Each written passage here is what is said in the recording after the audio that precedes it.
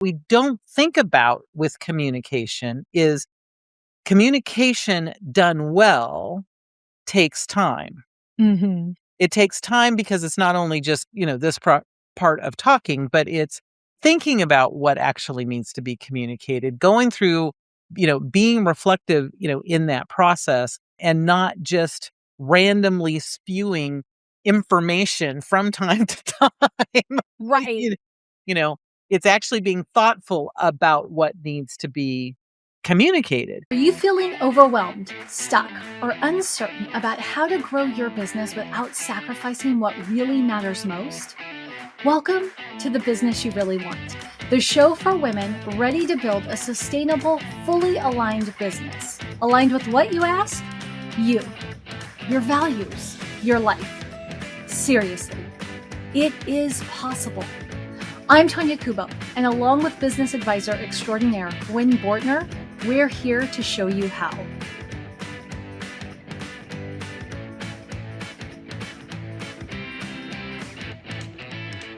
Over the years, Gwen and I have said some version of this more times than we can possibly count, which is, you don't know what you don't know. But if you don't know what you don't know, how do you figure out how to know it, right? And the longer that you're in business, the more you realize just how true that actually is. So for the next few episodes, we are going to pull back the curtain on some of the biggest things we didn't know when we were building our business so that you can actually know it long before we did. Now, most of these lessons have not come from a course we enrolled in, a book we read, a podcast we listened to, and honestly, weren't even that obvious to us until we were in the midst of it or all the way on the other side. Because these are the things that trip up even the smartest, most experienced business owners out there. Not that we think we're the smartest, but we're fairly smart. And it's not one of those things happening because you're necessarily doing anything wrong. It's because nobody tells you what to look for. Maybe because they didn't know it either. So today we're going to start with one that almost every business owner encounters at some point. And this is one of Gwen's. She didn't know this. It's hiring. Because hiring feels like a turning point. It feels like you have leveled up in your business, right? It's a sign that things are working. But hiring changes the business in ways that you're not always prepared for. And so today, that's the thing we didn't know. Hiring is both a blessing and a curse. So Gwen, why do you think most business owners believe hiring is going to fix all their problems? Well, it's one of the things that gets out there a lot of, oh, you just need to outsource that so you have more time. And, it's the classic, just hire a VA. It's the idea, and it's true when it's done well, that you can, kind of clone yourself. You can multiply yourself. And so it's like, oh, if I just had, someone else in the business, I could get so much more done, which can be true. Right. So this part of the problem with this is it's not wrong. It's just not completely right. Right. Or it's not not a always lie. right. It's just not completely true. Yeah. Right. And so I think that's just why it's so easy to get caught into this, is that we believe it's going to be a bigger silver bullet than it necessarily is. And we don't realize the other side of the other piece of the equation. And like I said, we all get caught into it because most of us, not all of us, but most of us start our careers as somebody else's employee. Mm-hmm. And we know how incredibly valuable we were to them. Yes. Yes. I was good people, Gwen. I was good people. Yeah. I did really good work. I was super valuable to the people that I did, that I worked with. And all of that was true. And at the same point, it was not true. There are aspects about that I wasn't seeing because I was on one side of the equation. Right. And so there's a point, I think, that's also part of it is like, oh, because it was so useful for me, for my boss, whoever hired Mhm. me, for me to be in Yeah. the business. It's going to be so useful for someone else, for me to hire someone else to be in the business. Like I said, not that that's not true, because it can be true, but it's not exclusively true. Yeah, so what do you think, like, whether this is you or what you see with a lot of business owners, right? Like, what do you think we expect to change once we bring somebody on compared to the reality that we face? Most of us don't remember how hard it was for us to get up to speed when we joined somebody else's business, Mm. right? And we didn't really have any view into our boss's effort of getting Mhm. us engaged, right? And so that's the piece I think that is most missed is Mhm. we have this belief that if we hire someone that they are going to hit the ground, they are going to immediately be super productive, that it is going to immediately free up X amount of time. If it was taking us, 5 hours a week to do a job, I'm just randomly picking something, that we'll get that 5 hours back immediately. Mhm. Um, and even if we're, somewhat aware, it's like, yeah, no, it's gonna take a month or two before I get the 5 hours back. We also believe that we will get all 5 hours back. And that's not true either, because there's always some amount of management that has to be done of another person. Now, Mm. we may get 4.5 hours back. We may get 4 hours and 45 minutes back at some point, Yeah. but we're probably never getting all 5 hours back. Yeah. Well, so as you were talking, what flashed through my head are like 3 hiring experiences I had as an employee. First, I think is probably what a lot of people face was first job out of college, and it was like, you spend an hour with this person who's doing the job we just hired you to do, right? Because I mean, I started working in a newspaper, so I wasn't the only reporter there. So Right. you're gonna spend an hour talking to Ben over here about how he handles it and what the expectations are. And then you're going to spend an hour, and this is after your HR paperwork part, right? Then you're going to spend an hour talking to an editor so you know what he expects. And then you're on the job. And every learning you do from there on out is us correcting you Right. on every mistake you make. Mhm. Then my next job, because I was at that job for like 8 years, my next job I would say was almost too far in the other direction, but it was pretty cool where my entire first 2 weeks, Monday through Friday, 8 AM to 5 PM was scripted for me. Wow. So my first day on the job, I was handed a packet that was like, "This is your itinerary for the next 2 weeks." And, Okay. and it started with going to HR and doing all the paperwork and that out, right? But they had everything down to like my lunch break. You're having lunch with Brenda. Brenda's taking you out to lunch, so you don't have to worry about anything. Brenda's going to take you out to lunch, and during your lunch, here's what you're going to talk about. And Brenda had been given an agenda to cover for our I was lunch, gonna say, I have no doubt that Brenda had an agenda for this lunch conversation. right? And so every meeting, and it was for the 2 weeks. And then from that point, I had a weekly one on one for 3 months with my direct supervisor. And then we went to monthly one on ones. And then after, I hit the 6 month part, then we went to as needed one on ones. So that was a little too far, right? Because I don't know that I needed every minute of my first 2 week schedule. And then my third job was actually kind of awesome. Now, it was my first remote only job working for a remote first company.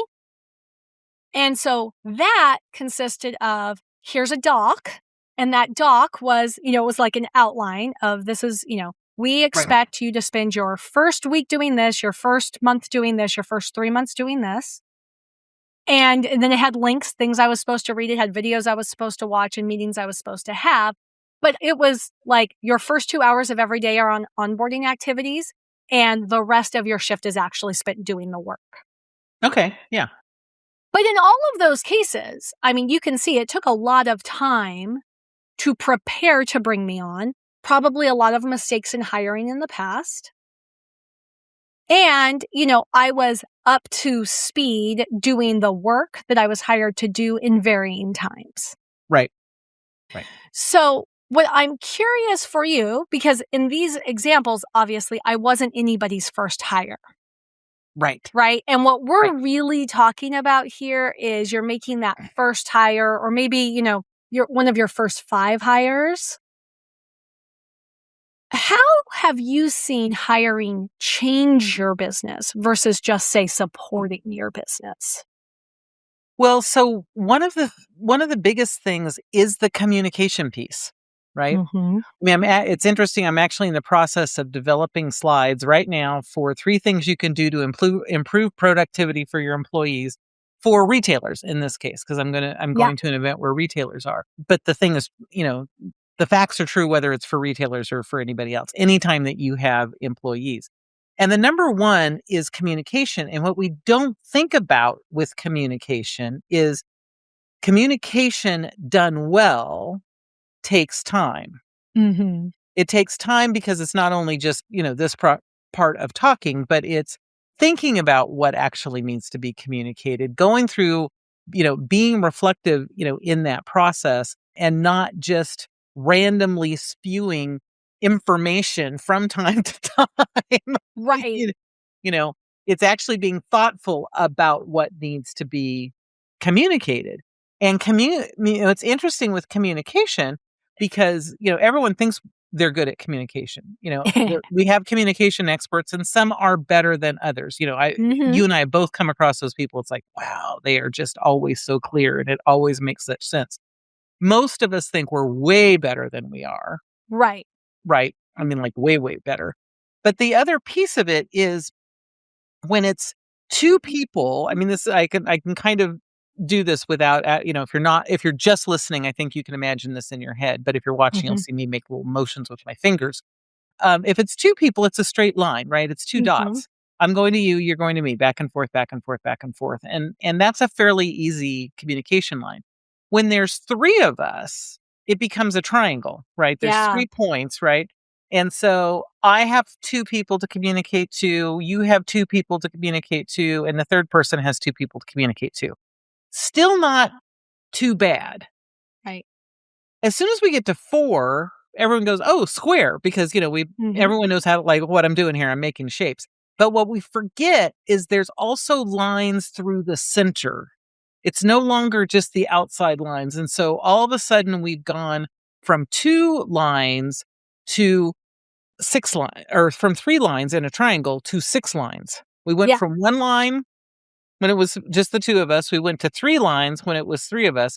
We went to 6 lines when it's 4 of us, if you draw a line to from every dot to every dot. Mhm. When you make it 5, I can't do it in my head, I'd actually have to draw it out and count. It becomes way more than 6. Well, it's Way way more more than than 6, and there's a lot of triangulation that can occur. Oh, yeah. Very, very, very much.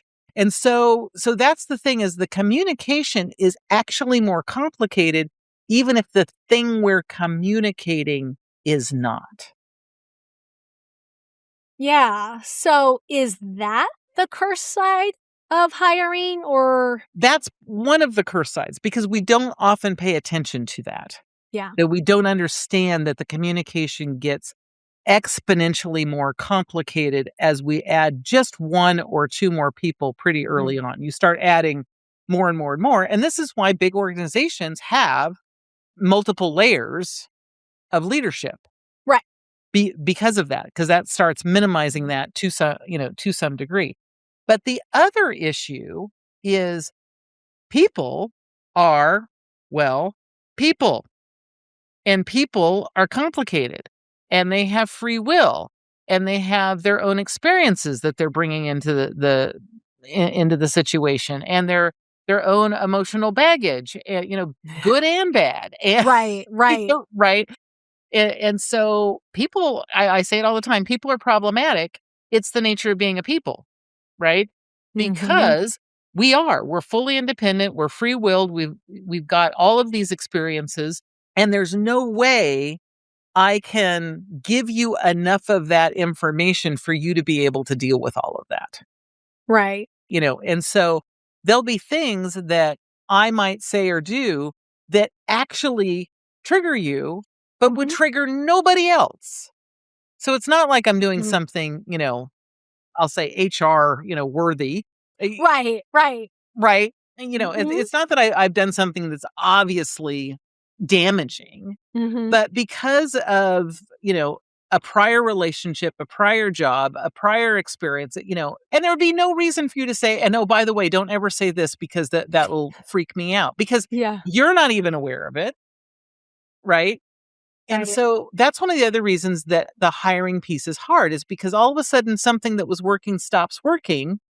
And it was because of some little tiny thing that you would never identify as the problem, but you said something that got them in their head. And now they're circling in their head of like, oh, she's gonna fire me any minute, even though like that Mhm. was not even on the plate in any way, Right. shape, or form, right? And so now as the boss, I'm having to figure out how do I get you back into productivity, Yeah. right? But back to that's just a people being a people, Mhm. right? And when I say people are problematic, I mean everybody because that also includes you, boss person. Right. Because the Right. same thing can happen in the opposite direction. Someone says, makes a little kind of offhand comment and not like in a rude offhand way, just like, da da da. And it's like, and you Yeah. may not even know that you're doing it. Right, Right. right. And so all of that ends up taking time and then back to, and in some cases, unfortunately, we have people that appear to be really good on the outside that are actually doing exceedingly damaging behaviors Mhm. inside your business. And if there's not a way to catch it, you usually don't catch it till there's some serious damage, right? Yeah. So, I mean, there's a lot of difficult aspects of hiring, right? Things that get harder after you hire people. Like I think you've touched on like communication is the big one, Communication is right? a big. Yeah. And I think, what else gets hired or gets harder after you hire people that you're not prepared for is it's an aspect of communication, right? But there's the behavior piece, but there's also the fact that nobody reads your mind. And I think especially when you're in that like hiring the first 3 people to support you, I think as an owner, that what I would say is this is an area where as an owner, I have unintentionally made things worse in my business after I Me hired too. somebody because I really, though I know I have no right to expect somebody to read my mind, subconsciously, I thought they would. Well, and it's not that you actually believe that. It just is so Mm. obvious to you. Why would you not know this? Yeah, it's so obvious that there's no reason that you'd even think to communicate it. And back to people are problematic, right? That Yeah. that you've got this experience, this knowledge, this history that makes that true. And it's not because you're trying to be difficult. And it's like, I'm going to Mhm. show you that you don't know as much as you think you do. Because a lot of times, as an employee, Mhm. we feel like that's what they're doing. And it's like, no, that's not what they're doing. It's just that answer is so obvious to them, they never even thought to tell you that piece of this particular equation. Of Right. of course it's this. And like I said, most of it is not done through any sort of malintent. Mhm. It's just we're all moving really fast, Yeah. particularly like you said in those first, 3 to 5 hires. Mhm. Yeah, do you think there's anything else business owners assume that isn't actually true? Because what I heard you say is, we assume that what's intuitive to us is intuitive to them. Right. We assume communication is a lot easier than it really is. So we assume that Always. everything we say is heard with the intent that we said it with, Yep. fully ignoring the impact of our words based on intent that's read that we may not know about. But what else I do we assume? we assume that most people work under the same values and moral compass that we work under. Ooh. because I do it's a that. harder thing to interview for. If the people who are good at being able to interview for values actually usually have better hires. Mhm. But that's a hard process and a longer process. And a lot of times we get very excited and we wait till the last minute and then we hire to fill a spot. Mhm. And so long as you have the right skills, Mhm. we bring you in. But often the values piece doesn't show up until very, very late and often Mhm. back to sometimes after there's major concerns that come Yeah. out, right? So, but when we hire, when anytime that we meet practically anybody, we assume that they have similar values to that we do, Mhm. right? Unless there's key things that are obvious to say that they don't, Right. right? Okay. Let's bring some balance because, like, we've talked a lot about the downside. So, when do you think, or when have you found hiring is the blessing that the business owner hopes it would be? So it really is the blessing when someone comes in and is able to get up to speed and do the thing that you need to have done. And Mhm. particularly, my example earlier was like, if this is taking you 5 hours a week, you're not going to get 5 hours back, but you might be able to get 4.5 hours back or Yeah. 4 hours and 45 minutes. That's a blessing piece. What's Mhm. even a bigger blessing, which can happen when you start hiring people who are better than you are, Mhm. is what was taking you 5 hours only takes them 2 hours. And so not only did you get your time back, Mhm. but it's probably costing you less than it would have to replace you in the Mhm. in the legitimate sense because it's Mhm. taking less time and or like if they're actually coming in as an employee, there's so many more things that they can do. Right? Yeah. So, even if you're only hiring for 5 hours a week, you're actually getting out an equivalent of 10 hours of work, right? Of your work because it takes you Right. so long, right? That used to be one of the things, for me, one of the VAs that I worked with years ago was really fast at writing. She had a master's degree in English, she had a master's degree in library sciences. She loved writing, and I didn't care, it's not ever been my big thing that writing had to be just so. I Right. just wanted it to communicate the piece. And I could spend 30 minutes with her brainstorming ideas, and she would come back with less than 2 hours of work with 3 or 4 articles. Now, someone like you that's very concerned about how it's written may not be really happy with those articles, but they were fine for me, Mhm. and to get that same level of article out would have taken me 4 to 10 hours, Yeah. right? Huge win, Mhm. huge win, right? And so that really does happen. Now the other along the same line is when you hire someone who's better than you at the thing, that they actually start doing the thing better or they make improvements on it or Mhm. or they bring new insight into the process so that you're actually able to make further progress than you would have if you had kept it all under you, Yeah. right? And your responsibility. So that's a place where hiring really makes a lot of sense. The other place I find is a lot of times hiring actually helps clarify things for yourself, especially when we're Mm. talking about those first like 3 to 5 hires. Yeah. Right? Not as true if you're in a larger organization, like you said, your early on examples were, I've, been at this organization for, it was obviously this was a well-established organization because they had thought through it.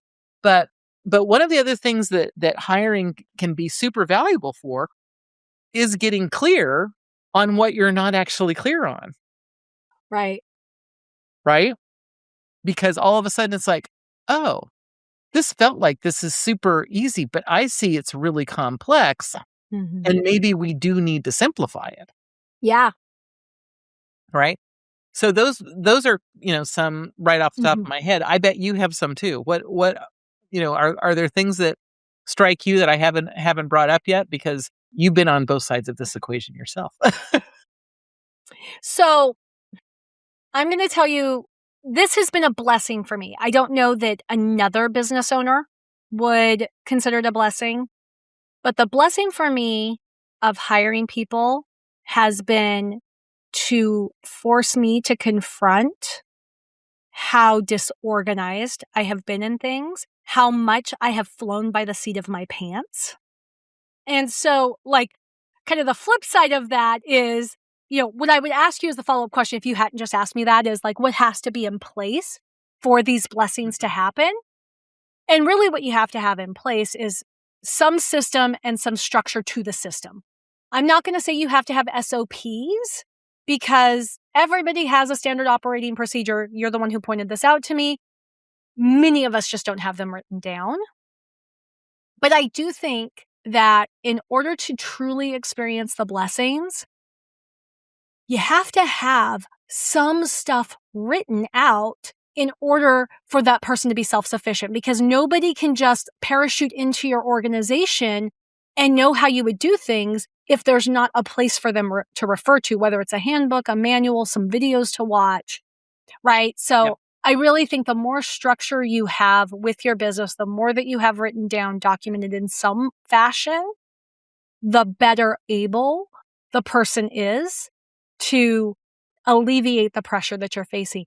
Even if all you have written down, going back to your part about values, because I totally agree with you, I never would have said that, but that's 100% true, is if all you have written down is your mission, your vision, and your values, like these are the values that we employ with how we deal with clients, how we deal with customers, even that will make them more self-sufficient right off the bat.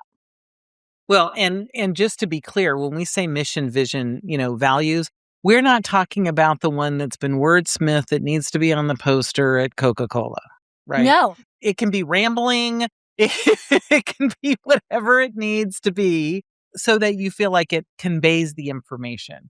Mm-hmm. Because a lot of times people say, well, I don't have a mission statement. Well, it's like, well, yeah, because mission statements in the way that we've been trained to think about Mm-hmm. them, especially if we've been an employee in a bigger company, are stupid. Yeah. Like, I mean, if I were Because to they're ask you created by committee and wordsmithed down to the uselessness. death, yeah, it's word salad. But like for you, like what would you say? I mean, mission or vision, whatever. Like if I was to say, hey, what's your mission? What are we doing here? Yeah. So my mission is to help women entrepreneurs absolutely focus on how they can be moving the needle forward in a way that's totally in alignment with them Mm-hmm. and what their real goals are, not what they think society's goals are. And to do it in a way that is sustainable for as long as it is appropriate. Yep. Right. And like for me, I would synthesize mine simply to be like online platforms should be used to bring people closer together and not drive them further apart. Right. So Now in you can everything we do, tell you're better at words than I am because yours is way more succinct.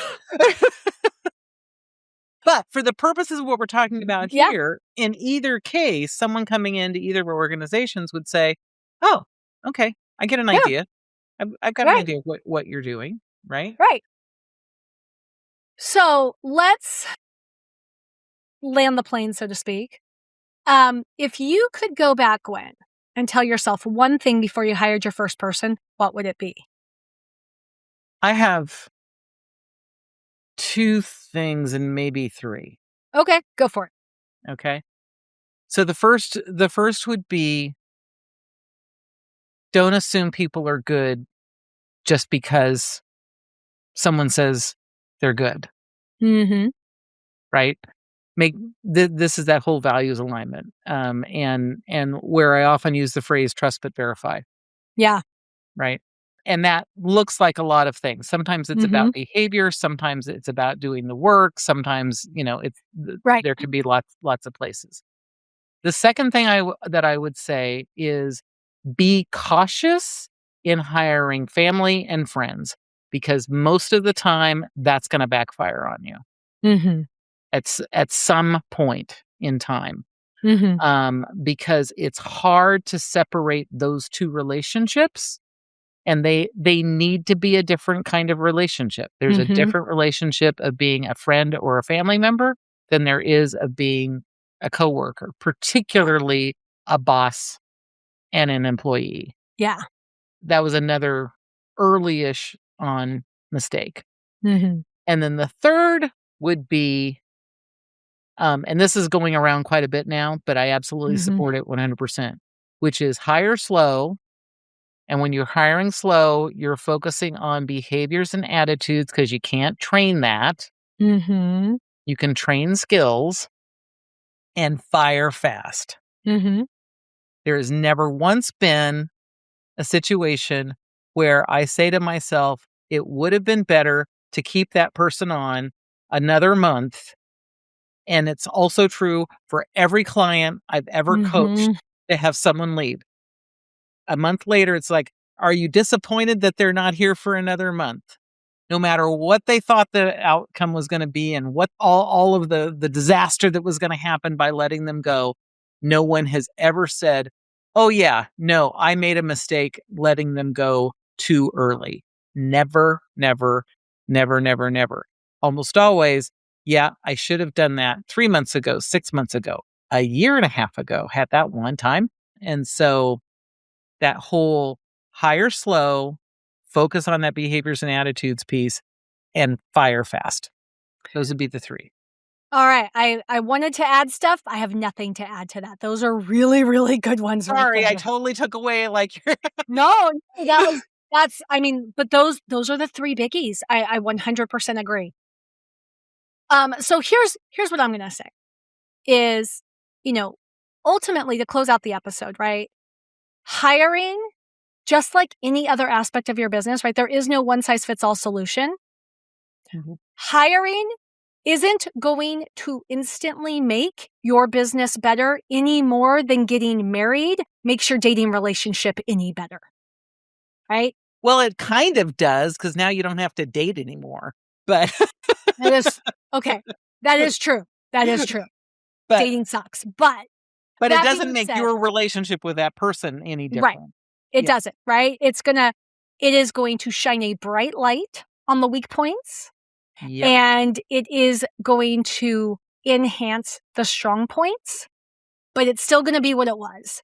So whatever you can do to strengthen your business before you bring on somebody else, do it, and it'll make your hiring experience so much better. And if this episode resonated with you, you should be subscribing to One Really Good Question, because one really good question sometimes is all it takes to break you through the bottleneck that has been spinning around and around and around for you. You can subscribe to Gwen's Good Question email, which drops in your inbox every single Friday at everydayeffectiveness.com/question. We will see you next time, where we are going to talk about the number one thing I wish I knew earlier on in my business than I actually did. We'll see you then. Thanks for tuning in to The Business You Really Want with Gwen Bortner. I'm Tonya Kubo, reminding you that sustainable success is within reach. Make sure to subscribe to the show and visit thebusinessyoureallyWant.com for more resources. Until next time, keep dreaming big and acting with intention.